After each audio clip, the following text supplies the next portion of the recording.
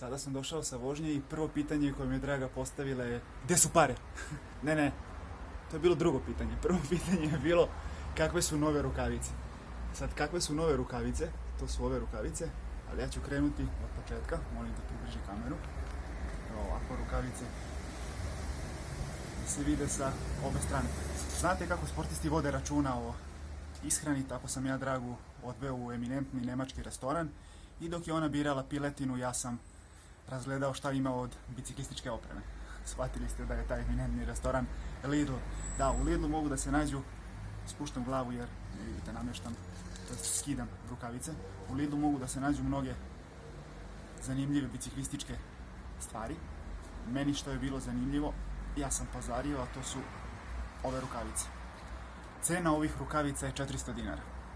Ponovit ću, cena ovih rukavica je 400 dinara. Šta možete kupiti za 400 dinara? Evo, ostavit ću vam 3 sekunde za razmišljanje.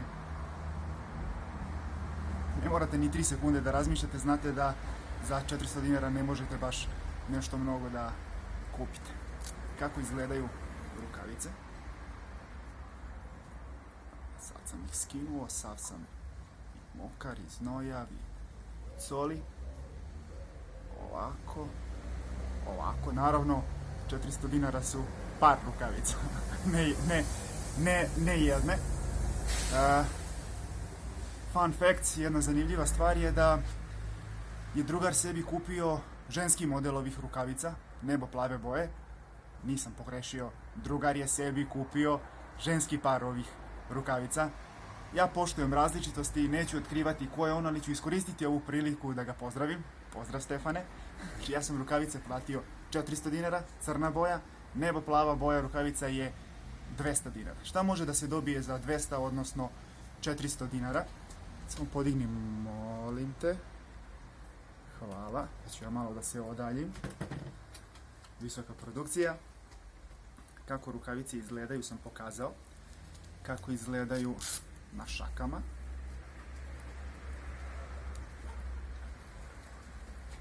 Na šakama desna šaka. Biće ok da steknete neki pojam o tome. Ono što se meni dopalo i ono što mi se nije dopalo kod rukavica ću vam reći sada. Nema smisla porediti ovakve rukavice sa rukavicama koje koštaju mnogo više. Ali ono što mi se dopalo je da su rukavice izuzetno ergonomski oblikovane. Znači prate liniju šake kao čarapa, jeste se čarape ne stavljaju na šake, ali razumete me šta sam htio da kažem. Gornjište, gornji ovaj deo je izuzetno prozračan, lepo naleže na šaku, ne steže ništa. Ono što mi se svidelo pored toga su i ovi fluo ili ti svetlo odbojni detalji. Zaista su se lepo uklopili u rukavice. Peškirčić, da ovako, ko ima brkove, on će na brkove, ko nema brkove, on će da obriše znoj sa čela. Donji deo na šaci, kako se kaže, pomoć? Šaci, dobro. Šaci na nemačkom, Šaci. u Beč. Opa, evo ovako, pa kao da sam došao iz Beč.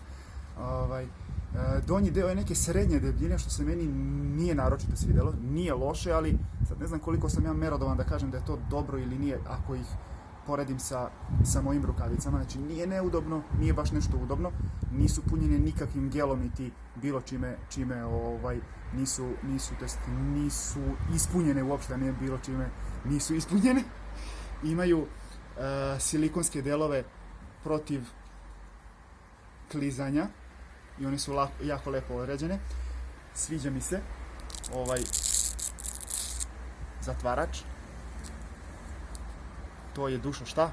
Kako se ovo zove? Čičak ili čičak.